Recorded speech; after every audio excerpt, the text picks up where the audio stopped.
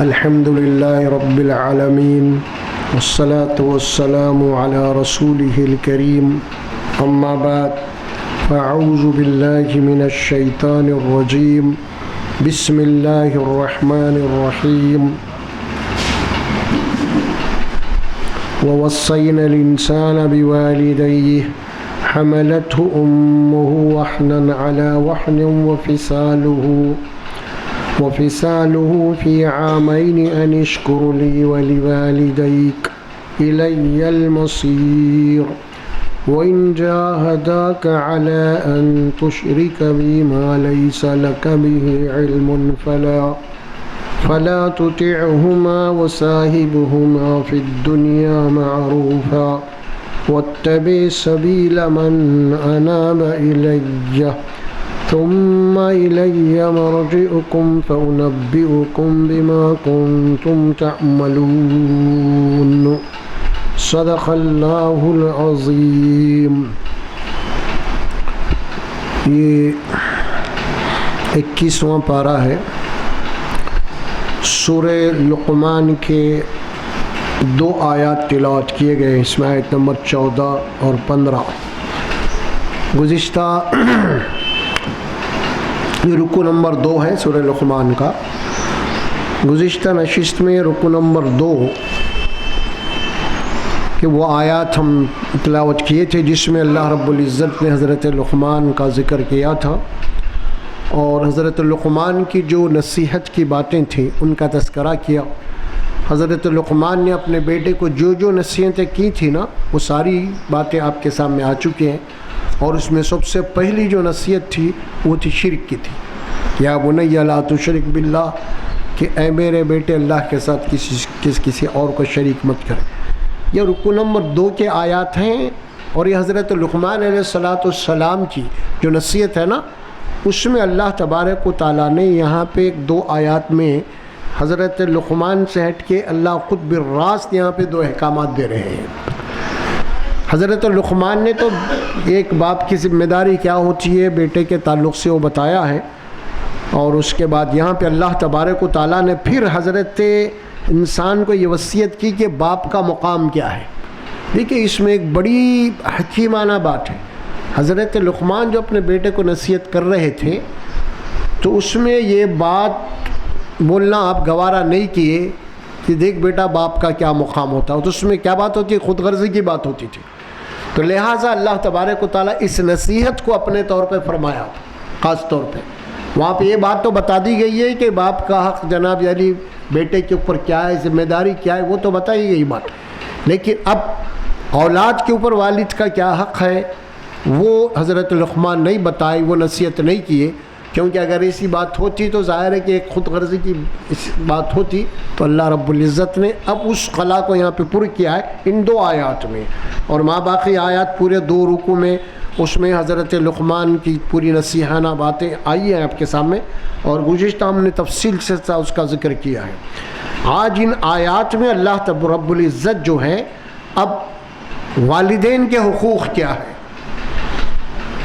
ماں باپ کے حقوق کیا ہے، اولاد کے اوپر کیا ذمہ داریاں ہیں، اولاد کے اوپر کیا حق ہے ماں باپ کا، اب یہ 2 آیات آ رہی ہے اس میں، اور قرآن مجید میں دوسرے مقامات میں بھی اللہ سبحانہ و تعالیٰ اس کا جو ذکر کیا ہے وہ باتیں بھی آئیں گے آپ کے سامنے یہاں پہ، کیونکہ قرآن مجید ہمیشہ ایک توازن کی بات کرتا ہے، عدل کی بات کرتا ہے۔ جہاں پہ ماں باپ کا حق ہے تو وہاں پہ اولاد کا بھی حق ہے، ہر 2 کے پورے حقوق کیا ہے آپس میں انسانوں کے، اس کا پورا ذکر آیا ہے، یہاں تک کہ دوست احباب کے حقوق کیا ہے، پڑوسیوں کے حقوق کیا ہے، رشتہ داروں کے حقوق کیا ہے، یہاں تک کہ جانداروں کے حقوق کیا ہے یہ بھی بتایا گیا ہے، اور یہاں تک یہ بات بھی بتا دی گئی ہے کہ راستے کے کیا حقوق ہیں، یہ بھی بتائی گئی، مجلس کے کیا حقوق ہیں، یعنی اسلام جو ہے ہر ایک کے حقوق کو بیان کرتا ہے، اور پھر اس کے بعد یہ کہتا ہے کہ جہاں پہ بھی آپ کسی کے حق تلفی کریں گے، آپ کسی حق ماریں گے، اس کا حق اس کو نہیں ادا کریں گے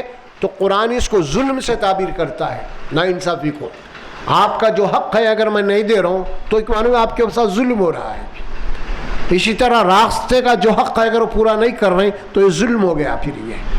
یہ ساری باتیں اسی لیے ہر معاملے میں حق کی بات کہتا ہے قرآن، عدل و انصاف کی بات، اسی لیے ہر چیز کے تعلق سے قرآن جو نا کھول کھول کے بتایا ہے، اور اللہ کے نبی صلی اللہ علیہ وسلم نے اس کی مزید وضاحتیں کرتے چلے گئے اس سلسلے میں۔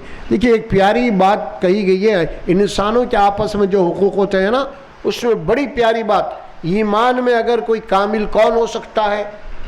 ایمان میں، یعنی ایمان کا دعویٰ کرنے والے تو بہت ہے، لیکن اللہ کے نبی صلی اللہ علیہ وسلم میں ایمان میں مکمل کون ہے، یہ بات بتا دی گئی۔ اب میں بھی ایمان کا دعویٰ کر رہے ہیں، آپ بھی کر رہے ہیں، ہر مسلمان ایمان کا دعویٰ کرتا ہے، لیکن ایمان میں مکمل کون ہے؟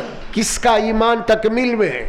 اللہ کے نبی صلی اللہ علیہ وسلم سے دو جملے فرمائے، وہ ہے کامل ترین ایمان والا وہ شخص ہے جو چیز اپنے لیے پسند کرتا ہے وہی دوسرے انسان کے لیے پسند کرے، اس کا ایمان پورا ہے۔ پھر یہ نہیں کہ میں اپنے لیے تو کچھ اچھی چیزیں پسند کروں اور دوسروں کے لیے خراب، ہاں تو ظاہر ہے کہ میں، ہر انسان یہ چاہتا کہ میرے ساتھ ظلم نہ ہو، ہر انسان چاہتا کہ میری عزت کی جائے، ہر انسان چاہتا ہے کہ کوئی برا، میرا وقت آ گیا برا تو میری مدد کی جائے۔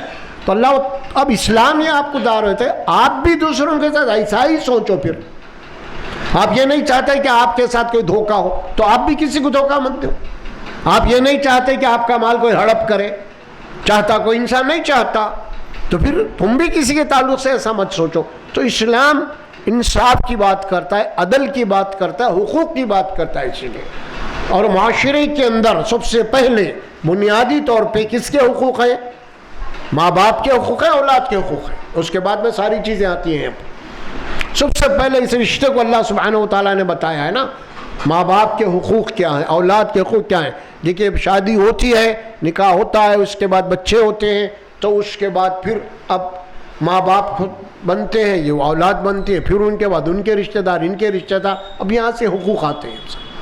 ادھر ہی خاندان بنتا، ددیال کی طرف سے خاندان بن گیا، ادھر ننیال کی طرف سے خاندان بن گیا، اب یہ خاندانی حقوق بھی آ جاتے ہیں اس میں سارے۔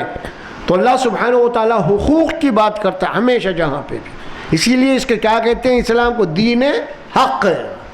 دین حق کے معنی یہی ہے ہر ایک کا اس کے اندر حق ہے، یہاں تک کہ اگر آپ کا وہ کافر بھی ہے اس کا بھی حق آپ کے اوپر، یہ نہیں کہ انہیں کافر ہے، نہیں، حق ہے اس کا بھی۔ وہ حساب کتاب کافر وہ الگ مسئلہ ہے، لیکن حقوق کی جہاں تک بات ہے یہ بات ہے۔ دشمن کے متعلق بھی یہ تاکید کی گئی آپ کے لیے قرآن مجید میں، آپ کا دشمن ہے لیکن آپ دشمن کے اوپر حملہ نہیں کر سکتے، آپ دشمن کے اوپر حملہ نہیں کر سکتے، اگر حملہ کر رہے ہیں تو آپ پھر ظلم کر رہے ہیں پھر آپ۔ لیکن اجازت کب دیا دشمن کے اوپر حملہ کرنے کے اسلام؟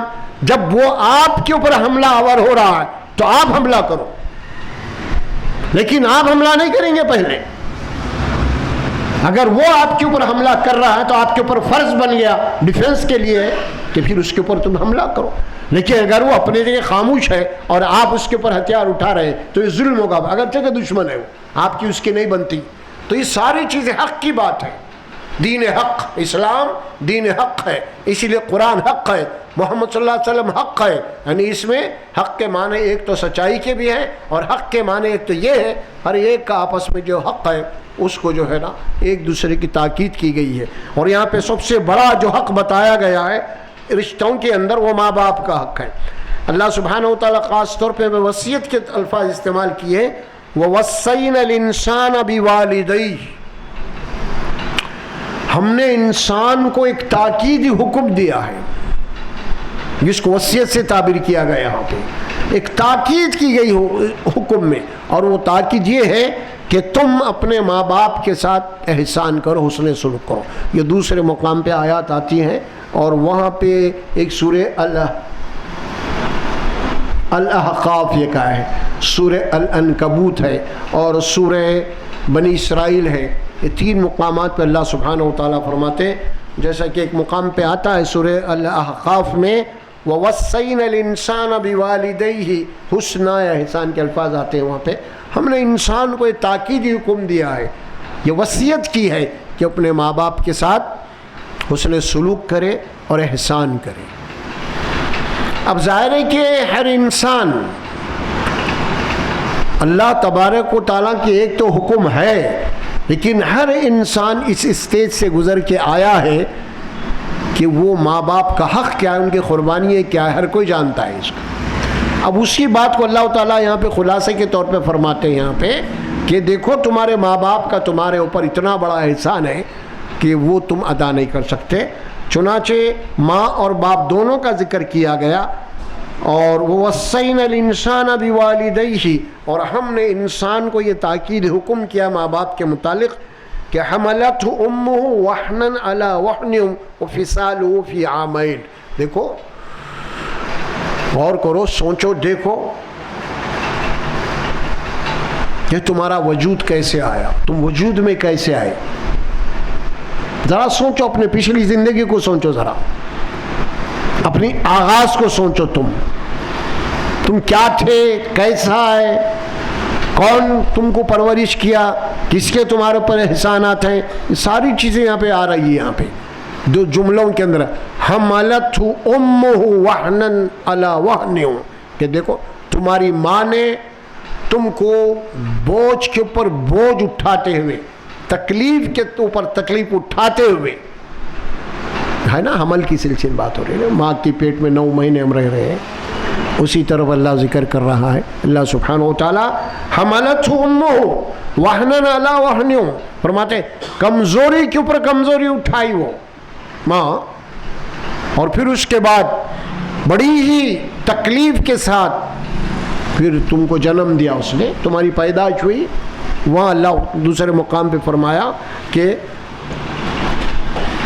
وَوَضَعْتُهُ كُرْهًا وَحَمْلُهُ وَفِصَالُهُ 30 شَهْرًا، اللہ فرماتے ہیں کہ تکلیف کے اوپر تکلیف ہو رہا ہے، وَحْنًا عَلَىٰ وَحْنٍ یہاں ہے، اور وہاں پہ کرہا کے الفاظ آتے ہیں، یعنی بڑی ناگوار، بڑی دشواریوں کے ساتھ تمہیں اٹھائے رکھا، پیٹ میں رکھا، 3 مہینے نہیں 2 مہینے 9 مہینے پورے فرمایا۔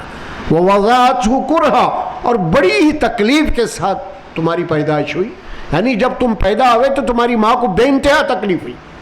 یہ الفاظ استعمال کر رہا قرآن۔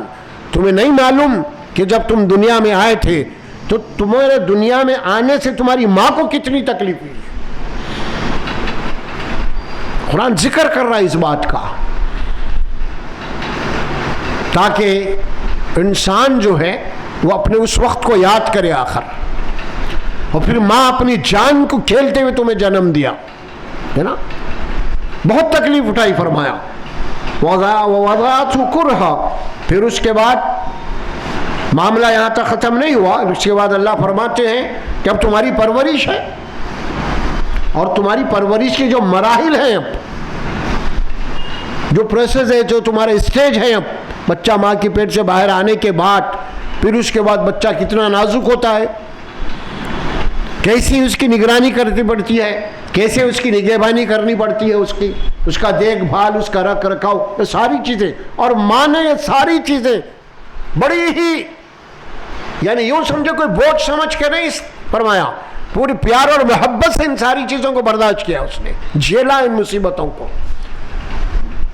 اور یہاں جو بات فرمایا اس کے بعد معاملہ، پھر تمہاری ماں نے تم کو 2 سال تک اپنے سینے سے لگائے رکھا، یعنی 2 سال تک دودھ پلایا، ہے نا، حملتہ امہ وحنا علی وحن وفصالہ فی عامین، اور تمہارا دودھ کا چھڑانا، یعنی تم دودھ پیتے رہے 2 سال تک ماں کا، اور ماں تمہارے اپنے گود میں رکھی، اپنے سینے سے لگائے رکھی، اور پوری تم کو جب تک ضرورت تھی، اور ماں کی پوری توجہ تھی تمہارے اوپر، ہر چیز کو چھوڑ دی ماں، صرف تمہارا خیال، اپنی صحت کا بھی نہیں، اپنے آرام کا بھی خیال نہیں کی ماں اور باپ دونوں اس کے اندر ہے نا، کیونکہ دونوں کا ذکر کیا ہے نا، حملت فرمایا والدین، ماں کا ایک کردار ہے، اس میں باپ کا ایک ہے، ماں کی قربانی ہے، باپ کی بھی قربانی ہے، دونوں کے ہیں، ایسا نہیں کہ صرف ماں کا معاملہ ہے۔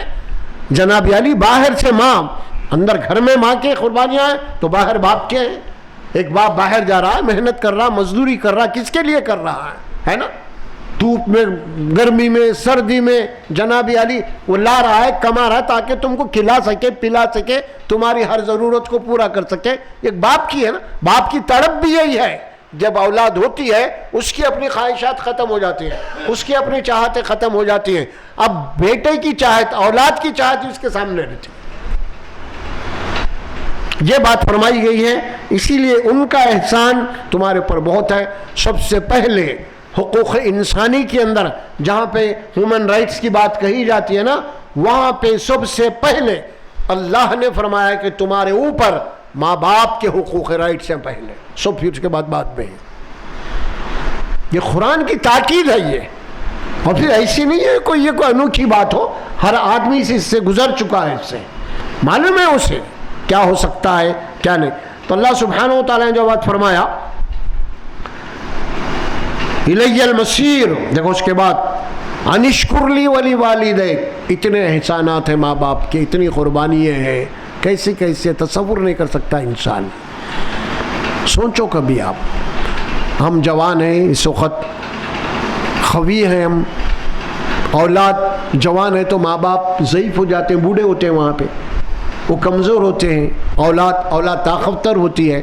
تو اللہ تعالیٰ نوجوانوں کو فرمایا کہ ذرا تمہارے گھر میں چھوٹا بچہ ہے، تمہاری بھی اولاد ہوئیں گے نا آپ، تو اگر ماں باپ کے تعلق سے تم کی قربانی کیا ہے، ذرا اس چھوٹے بچے کے اوپر نظر ڈالتے رہو تم کہ ان کی کیسی کیسی جو ہے نا بھی علی تم قربانی ہے، کہ تم اپنے اوپر غور کرو. کبھی میں بھی اسی طرح تھا اور میرے ماں باپ نے بھی اسی طرح پالا ہے، پرورش کی ہے، اپنی ہر ضرورت کو پورا کیا ہے، اپنی قربانیاں دی ہیں اس نے، رات کی قربانیاں، نیند کی قربانیاں، ہر چیز کی قربانی.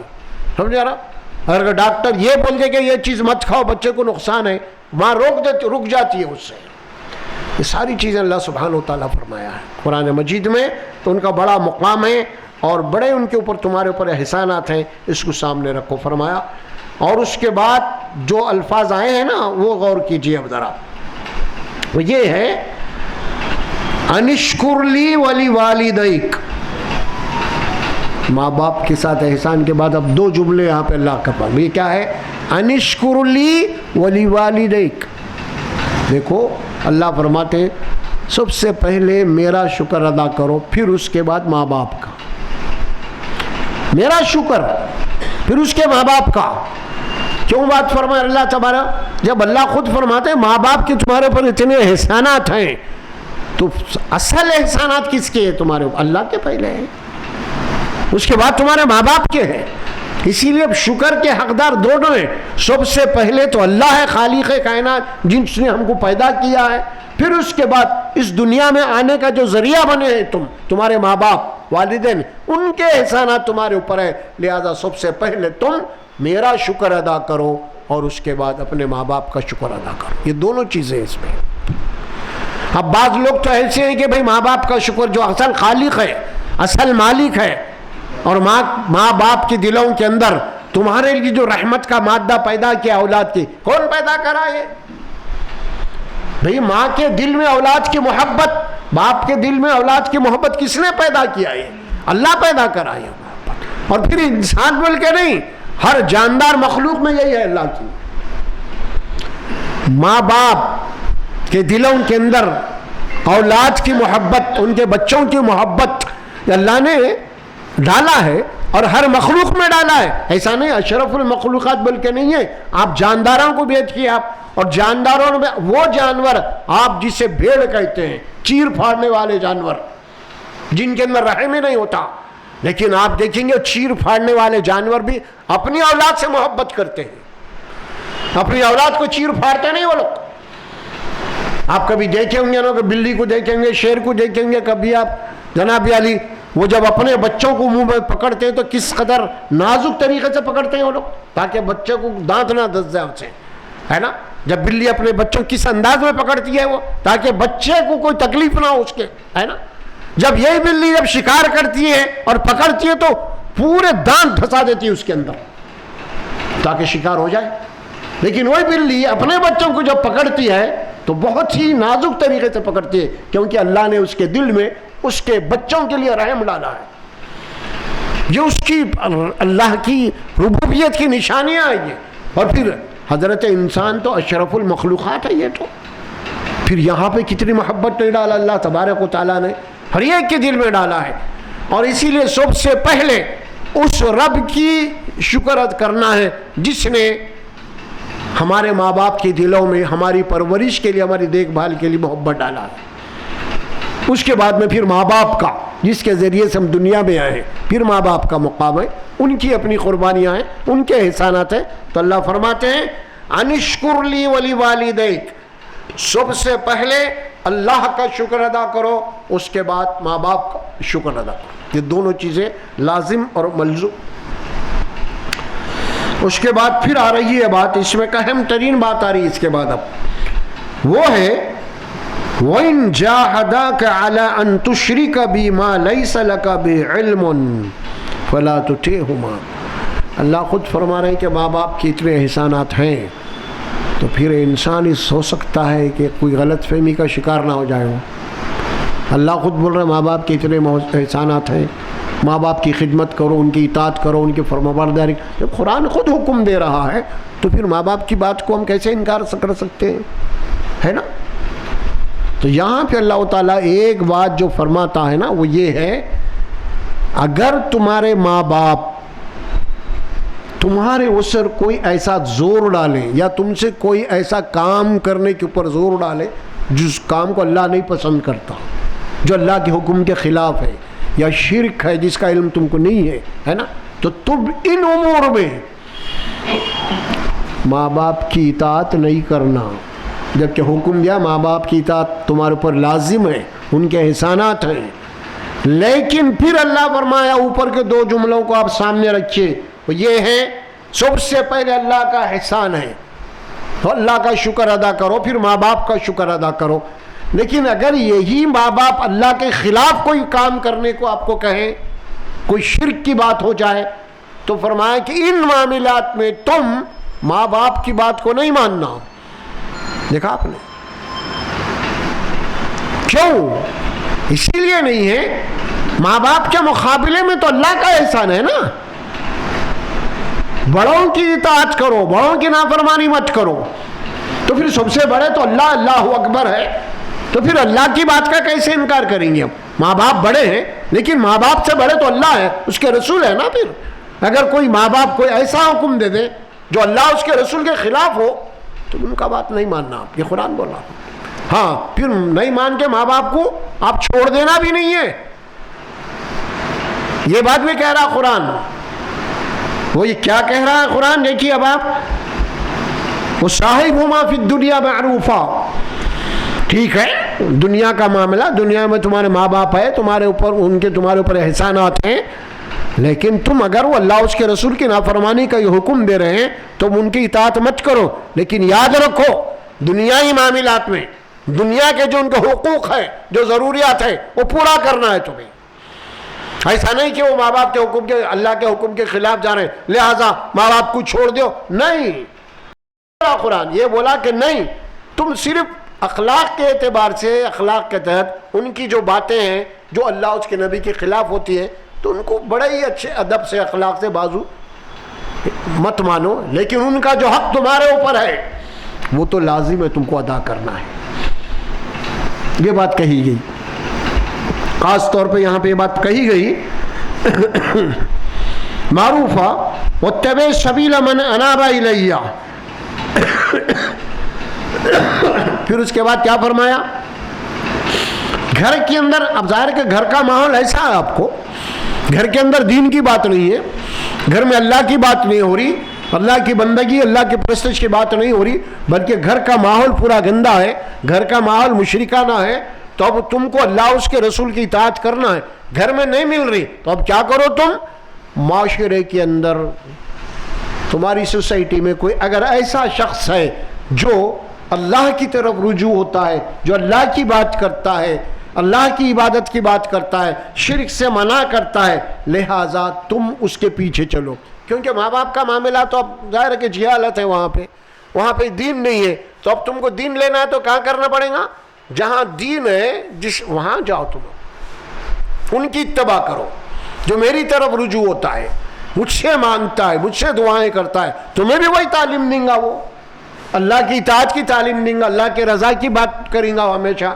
ہے نا، واتبع سبیل من اناب الیہ. جب گھر میں نہیں ہے یہ بات تو باہر آپ کو جناب اس کی اتباع، باہر کوئی بھی شخص ہے تو اس کی اتباع کرنی چاہیے. اتباع کرو، پیچھے چلو اس کے. ثم الی مرجعکم فانبئکم بما کنتم تعملون. پھر یہ ایک حقیقت اس کے بعد اللہ فرماتے کہ دیکھو یہ حقیقت کو ہمیشہ اپنے ذہن میں تازہ رکھو. یہ دنیا ہے تمہارے سامنے، دنیا کی رنگینی ہے، دنیا کا مال و دولت ہے، رنگ کی رونق ہے، فلاں فلاں. ایک بات ہمیشہ دماغ میں بٹھا کے رکھو اور ہمیشہ تازہ رکھو، ہمیشہ یاد رکھو، اور وہ بات یہ ہے ثم الی مرجعکم، پھر تم سب لوٹ کے میرے پاس آنے والے ہیں. صبح احکامات تو دی اللہ تعالیٰ، اس کے بعد کیا فرماتے ہیں؟ دیکھو مابلا زندگی صرف ایک مرتبہ اللہ دیتا ہے، دوبارہ نہیں دیتا. پھر بہت قیمتی ہے تمہاری زندگی. اگر تم اس زندگی کو برباد کر لو گے نا اللہ کی نافرمانیوں میں، اور بھی جب ختم ہو جائیں گے نا تو پھر کوئی تمہیں چانس نہیں ہے دوبارہ آنے کا.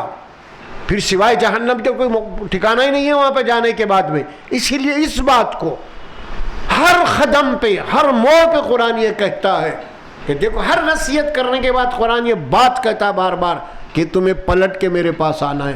ثم الی مرجعکم، پھر کیا ہوگا میرے پاس آنے کے بعد؟ فانبئکم، بس میں تمہیں وہ ساری باتیں بتا دوں گا جو دنیا میں تمہارے کیا کیا کارستانیاں تھے، کیا کیا تمہارے اعمال تھے. سمجھ میں آ رہا؟ یہ ساری چیزیں تمہارا ریکارڈ تمہارے سامنے رکھ دیا جائے گا. فَأُنَبِّئُكُمْ بِمَا كُنْتُمْ تَعْمَلُونَ، جو بھی تم کرتے تھے دنیا کے اندر وہ سارا ریکارڈ یہاں پہ محفوظ ہے. اور جو تم واپس آؤ گے، حساب کا دن ہوگا، اس دن تمہاری فائل، تمہاری ریکارڈ تمہارے ہاتھ میں دے دیا جائے گا، اور اسی کے مطابق تمہارے فیصلے ہونے والے ہیں. یہ ذہن میں رکھو، ہمیشہ ہمیشہ ذہن میں رکھو. فرمایا بِمَا كُنْتُمْ تَعْمَلُونَ، عملی زندگی ہے نا، یہ جمع ہے، اعمال کی جمع ہے. بِمَا كُنْتُمْ تَعْمَلُونَ سے مراد جو کچھ بھی تم دنیا میں کرتے تھے میں اس کی خبر تمہیں آج دے دوں گا، یعنی حشر کے میدان میں، حساب کتاب کے دن. یہ اللہ سبحانہ و تعالیٰ بتا رہے ہیں خاص طور پہ. اب ہم چلتے ہیں اس میں سورہ بنی اسرائیل کے اندر ماں باپ کے متعلق، وہاں پہ بڑی تفصیل کے ساتھ اللہ احکامات دیے ہیں. سورہ بنی اسرائیل میں یہ آیت موجود ہے جس میں اللہ فرماتے ہیں وَقَضَى رَبُّكَ أَلَّا تَعْبُدُوا إِلَّا إِيَّاهُ وَبِالْوَالِدَيْنِ إِحْسَانًا. تیرا رب کا یہ فیصلہ ہو چکا ہے، تیرے رب کا یہ قطعی فیصلہ ہو چکا ہے کہ عبادت اور بندگی پرست صرف اللہ کی ہونی، کسی اور کی نہیں. یہ ہے وہ قضا کے معنی فیصلہ ہو چکا ہے. دیکھیں موت کو بھی قضا کہتے ہیں، ہے نا. کیوں کہتے ہیں موت کو قضا؟ کیونکہ اللہ نے موت کا وقت متعین کر دیا ہے کہ وہ ٹلنے والی نہیں ہے، پھر اب کوئی نہیں ٹال سکتا موت کو. اسی طرح اللہ کا حکم بھی جناب علی تمہارے کو دیا جا چکا ہے، تم اس کو ٹال نہیں سکتے. اب وہی کرنا جو اللہ تمہیں حکم دیا. قضا ربک اللہ تعبدوا الا ایاہ، ایک کہ تم کسی اور کی بندگی مت کرو، صرف اللہ کی بندگی کرو، کسی اور کی نہیں. یہ فیصلہ اللہ کا. اور یہ بات قرآن میں ہم پڑھتے ہیں سورہ فائدہ کی فاتحہ میں، کیا ہے؟ ایاک نعبد و ایاک نستعین، اللہ ہم تیری ہی بندگی کرتے ہیں اور تجھ ہی سے مدد مانگتے ہیں. اور یہاں فرمایا کہ تیرے رب کا یہ قطعی فیصلہ ہو چکا ہے کہ بندگی اور اطاعت صرف اس کی جائے، کسی اور کی نہیں. وبالوالدین احسانا. دیکھیے اب پھر اللہ اپنے بعد پھر ماں باپ کا مقام بتاتا ہے. اللہ کا مقام یہ، اللہ کا حق تمہارے پر یہ ہے کہ تم اسی کی بندگی کرو، اس کے ساتھ کسی اور کو شریک مت کرو. یہ بندگی کرنا اللہ کا حق ہے تمہارے اوپر، کیونکہ اس نے تم کو پیدا کیا ہے. نہ صرف پیدا کیا ہے، تمہاری ہر ضرورت کو پورا کر رہا ہے. ہر آن ہر لمحہ تمہاری ہر ضرورت پوری ہو رہی ہے. یہ کون کر رہا ہے؟ اللہ کر رہا ہے. رات آ رہی، دن آ رہی، ہوائیں چل رہی ہیں، بارش ہو رہی ہے، اناج نکل رہا فلاں، یہ کون کر رہے ہیں؟ یہ اللہ ہے. یہ سب کیوں کر رہا ہے؟ یہ سب ہمارے لیے ہے، انسانوں کی ضروریات کے لیے. یہ جتنا بھی اللہ تبارک و تعالیٰ لائف سپورٹ سسٹم جو بنا ہے دنیا کا، ہمارے لیے، ہمارے لیے. اگر یہ نہیں ہوتا تو انسان زندہ نہیں رہ سکتا. پھر تو شکر اللہ سبحانہ و تعالیٰ کا. غور کیجئے اللہ بنایا ہے، اگر آکسیجن کی کمی ہو جائے تو کیا ہوئے گا؟ ابھی آپ دیکھیں نا آکسیجن ہی ہمارے پاس کیا ہوا تھا کورونا کے اندر، آکسیجن جو آکسیجن 1000 روپے مل رہا تھا، لوگوں نے اس کو 50,000 میں بیچا اس کو آکسیجن۔ تو تمہاری جو لائف سپورٹ سسٹم جو اللہ نے رکھا ہے نا، اگر اس کے اندر کوئی ایک چیز بھی اللہ تبارک و تعالیٰ کم کر دے تو تم زندہ نہیں رہ سکتے۔ سب کچھ ہے، بارش برس رہی ہے، پانی ہے، سب کچھ ہے، لیکن اگر آکسیجن اللہ تبارک و تعالیٰ محدود کر دے صرف، نہیں زندہ رہ سکتے، نہیں رہ سکتے زندہ۔ اناج ہے، پانی ہے، سب کچھ ہے، صرف آکسیجن نہیں ہے، اگر وہ بھی کم ہو گیا، کمی صرف کم کر دے اس کو، جتنی مقدار میں انسان کو نہیں مل رہا تو گھٹ کے مر جائے گا وہ۔ آکسیجن اس کو پورا نہیں ملا تو گھٹن پیدا ہوگی اس کو، اور اس کے بعد آپ حضرات جانتے اس سلسلے میں ساری باتیں۔ تو اللہ سبحانہ و تعالیٰ فرماتے جب احسانات تمہارے اوپر اللہ کے، تو سب سے پہلے اللہ اس بات کا حقدار ہے کہ تم اس کا شکر ادا کرو، اللہ اس بات کا حقدار ہے کہ تم اس کے آگے سر جھکاؤ، اس کی تعریف کرو، اس کی حمد کرو، اس کی کبریائی کرو، اس کی شان بیان کرو۔ تم دیکھو کون ہے تم کو دینے والا، وہ صرف اللہ ہے، اسی سے مانگو تم، اس کے اختیار میں تمہاری موت و حیات ہے، اسی کے اختیار میں تمہاری زندگی ہے، اسی سے مانگو تم۔ یہی بات ہے سورہ فاتحہ کی ان آیات میں، اور یہاں پہ فیصلہ کیا۔ اور اس کے بعد تمہارے اوپر اللہ کے بعد کس کا احسان ہے؟ ماں باپ کا ہے۔ کیوں کہ جن ذرائع سے تم دنیا میں آئے ہیں نا، یہ تو پیدا کرنے والا تو اللہ ہی ہے، لیکن کوئی ذرائع بناتا ہے اللہ تبارک و تعالیٰ۔ وہ ذرائع جو تمہارے لیے بنے ہیں نا، سب سے بڑے تمہارے ماں باپ بنے ہیں، لہٰذا ماں باپ کے احسانات تمہارے اوپر ہے۔ لہٰذا اب اللہ کے بعد کسی کا مرتبہ ہے، کسی کا مقام ہے، کسی کا حق ہے تو ماں باپ کا ہے، کسی اور کا نہیں ہے۔ یہ بات بھی ذہن میں رکھ لیجئے آپ، کسی پیر، کسی مولوی، کسی مرشد کا بھی حق نہیں ہے، جو ماں باپ کا ہے۔ ماں باپ کے مقابلے میں عرض کر رہا ہوں میں، کسی اور کا نہیں ہے۔ اسی لیے ایک مشہور حدیث آتی ہے جس میں اللہ کے نبی صلی اللہ علیہ وسلم فرماتے ہیں، وہ یہ ہے کہ جس طرح ایک نبی کی دعا اپنی امت کے لیے ہوتی ہے، ایک نبی کی دعا اپنی امت کے لیے جس طرح ہوتی ہے نا، اسی طرح ایک باپ کی دعا اپنی اولاد کے لیے ہوتی ہے۔ اتنا بڑا مقام ہے، اتنا بڑا مقام ہے ماں باپ۔ ابھی آپ کے سامنے عرض کیا بھائی کہ ماں اور باپ دونوں کا تذکرہ کیا، اور پھر ماں کا خاص طور پہ تذکرہ کیا۔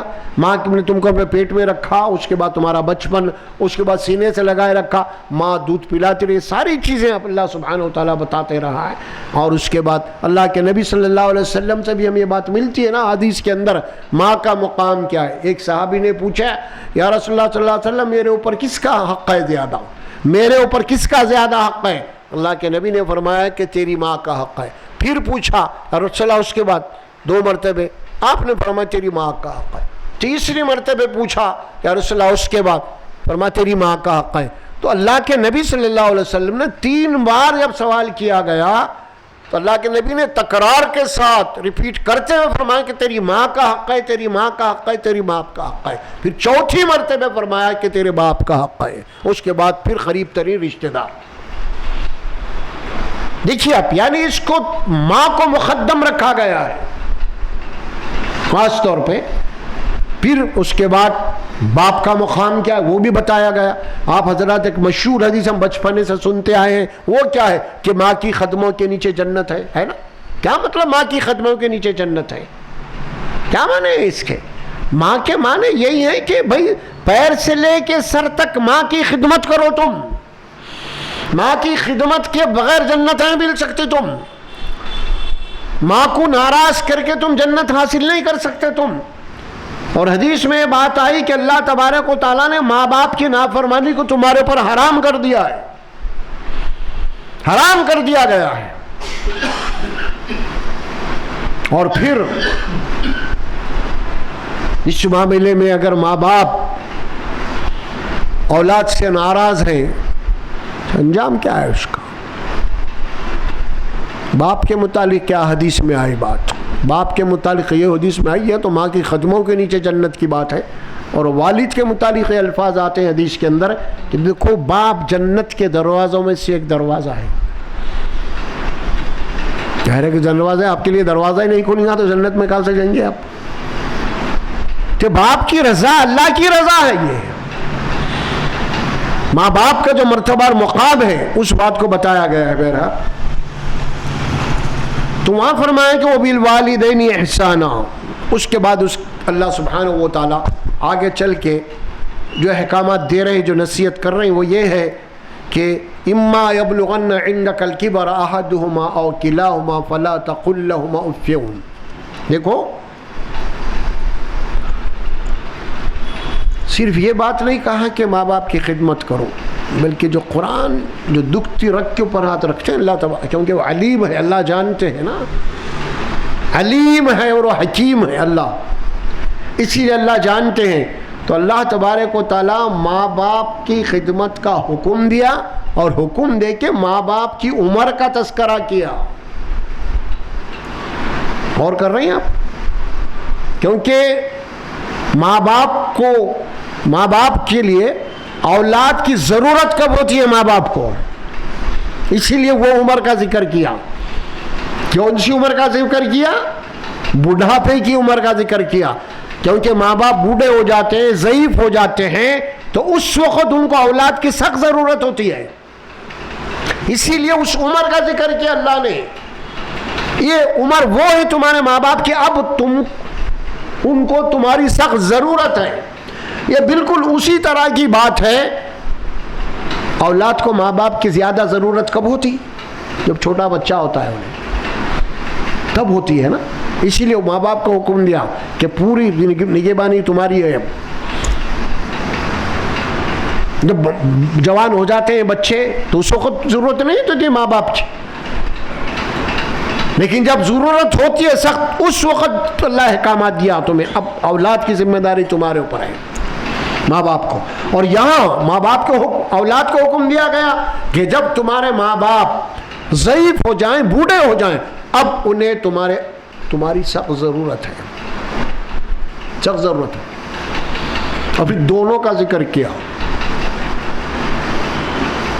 تمہارے ماں باپ جب بوڑھے ہو جائیں، ضعیف ہو جائیں، دونوں کے دونوں یا پھر دونوں میں کا کوئی ایک ہو سکتا ہے، کسی کا انتقال ہو جائے، دونوں میں ایک باقی رہ جائے. دونوں یا دونوں بھی اگر زندہ ہیں، دونوں بھی ضعیف ہیں، دونوں بھی بوڑھے ہیں، اب انہیں سخت ضرورت ہے اپنی اولاد کی. ان کے بغیر، ان کے سمجھ میں آ رہا، ان کے سہارے کے بغیر وہ جی نہیں سکتے. اب ضروری ہے. تو ایسے وقت میں اللہ سبحانہ و تعالیٰ فرماتے ہیں کہ دیکھو جب تمہارے ماں باپ ضعیف ہو جائیں، دونوں یا دونوں میں کے ایک، اللہ کس قدر تاکیدی الفاظ فرماتے ہیں یہاں پہ.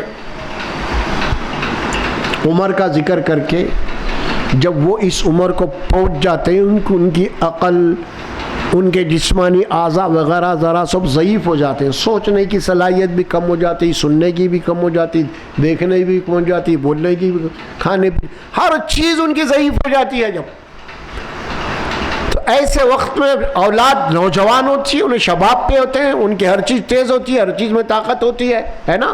تو ایسے وقت میں اب ضعیف ماں باپ، اگر ان کی کوئی چیز تمہیں ناپسند ہو، ہے نا، مثال کے طور پہ اگر تم ان کو بول رہی ہیں لیکن وہ سن نہیں سک رہے، 2 بار بولے، 3 بار بولے، 4 بار بھی ان کو سننے میں نہیں آ، یہ بھی ہو سکتا ہے. یہ ساری باتیں ہو سکتی ہیں نا، کیونکہ ضعیف ہو چکے ہیں. تو اللہ تبارک و تعالیٰ فرماتا ان کے ان حرکتوں کے اوپر اولاد کو حکم دے رہا اللہ، خبردار فلا تقل لہما اف. تم اپنی اولاد کو ان کی حرکتوں کی وجہ سے اف نہیں کر سکتے. تم اف نہیں کر سکتے تم اب، کیونکہ اولاد چڑکھاندے ہو جاتی ہے. بعضی وقت پوچھتے ہیں وہ ماں باپ، 1 دفعے 2 دفعے 3 دفعے، ان کو سنے نہیں آتا، سمجھ میں نہیں آ رہا. یہ کیا بھائی 1 دفعے 2 دفعے 3 دفعے، تم ذرا نوجوان خون ہوتا، برداشت نہیں ہوتا ان کو، بعض وہ جھڑک دیتے ہیں لوگ اولاد. تو اللہ فرماتے کہ نہیں، ان کی ضعیف کو، ان کی بڑھاپے کی عمر کو ملحوظ رکھتے ہوئے تم ان کی خدمت کرنا ہے. فلا تقل لہما اف. اف نہیں بولنا تم اپنے ضعیف ماں باپ کو. یہ اللہ کا حکم ہے. جیسے اللہ حکم دیا نا کہ اللہ کے ساتھ کسی کو شریک مت کرو، اسی طرح اللہ کا یہی حکم، اسی لیول پہ یہی حکم ہے کہ تم ماں باپ کو اف نہیں بولنا۔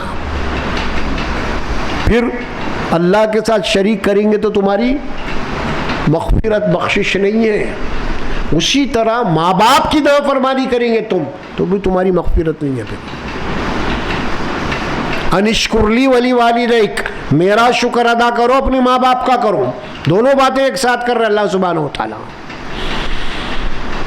ہمارے پاس توحید کے بڑے دعوے لیکن ماں باپ کی کوئی خدمت نہیں، ماں باپ کی کوئی قدر ہی نہیں ہے، توحید بدعت فلاں شرک یہ بات ہو گئی، لیکن ماں باپ جو آخر اللہ نے دیا ہے نا اس کی پاس و لحاظ نہیں ہے۔ پھر تمہاری یہ توحید، تمہاری یہ فلاں فلاں یہ بات کس کام کے اللہ کے دربار میں؟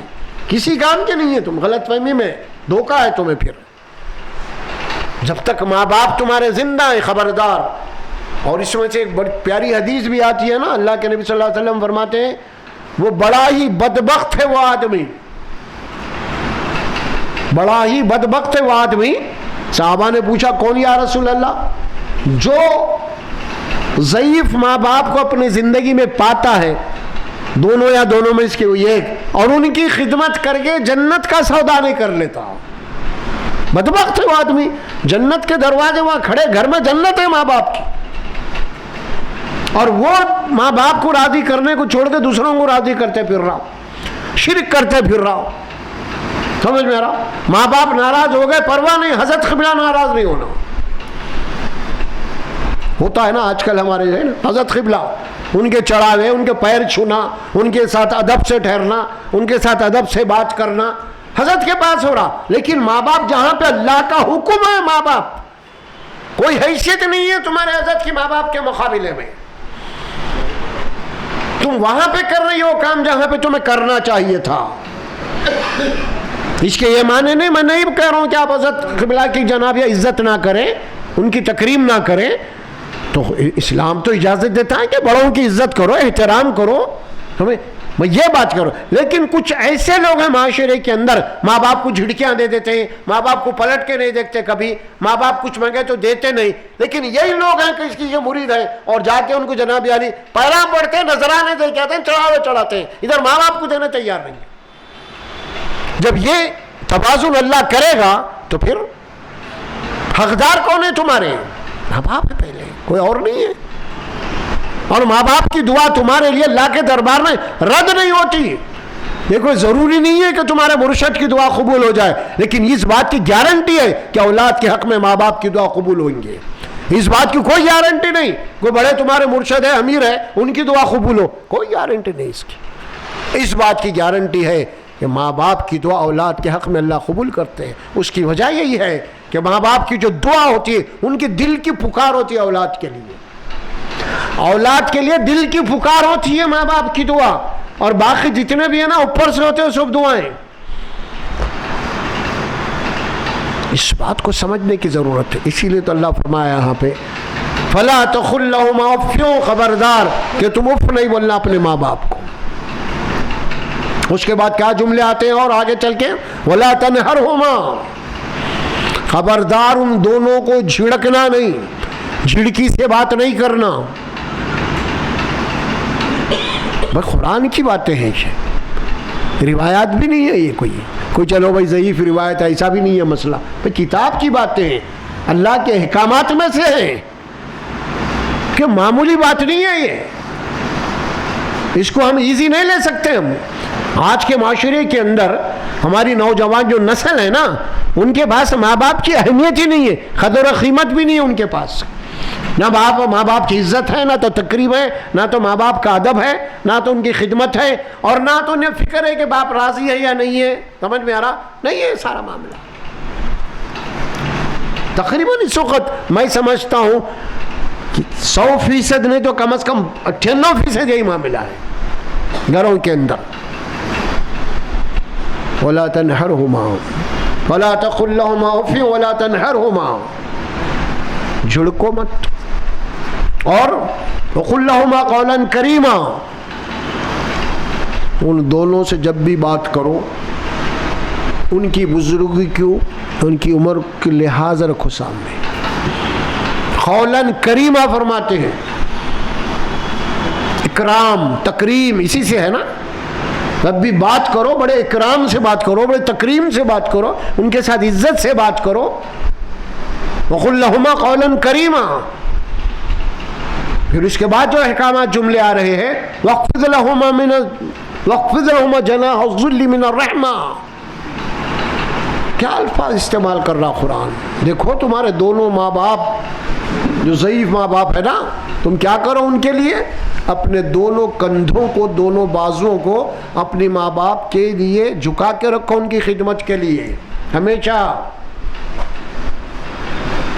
جناح الذل من الرحمہ, پوری رحمت کے ساتھ, شفقت کے ساتھ, محبت کے ساتھ اپنے دونوں بازوؤں کو, دونوں کندھوں کو ماں باپ کی خدمت کے لیے حاضر رکھو. تم اگرچہ کہ تمہارے ماں باپ کافر کیوں نہ ہو, مشرک کیوں نہ ہو, اس سے بحث نہیں ہے. یہی اسلام ہے, یہی حق ہے, یہ ان کا حق ہے. یہ نہیں کہ وہ کافر ہیں تو ان حق سے محروم نہیں ہوگا والد کے. سمجھ میں آ رہا؟ یہ نہیں کہ اگر وہ ایمان نہ لائے اور اولاد ایمان لائے اس کے معنی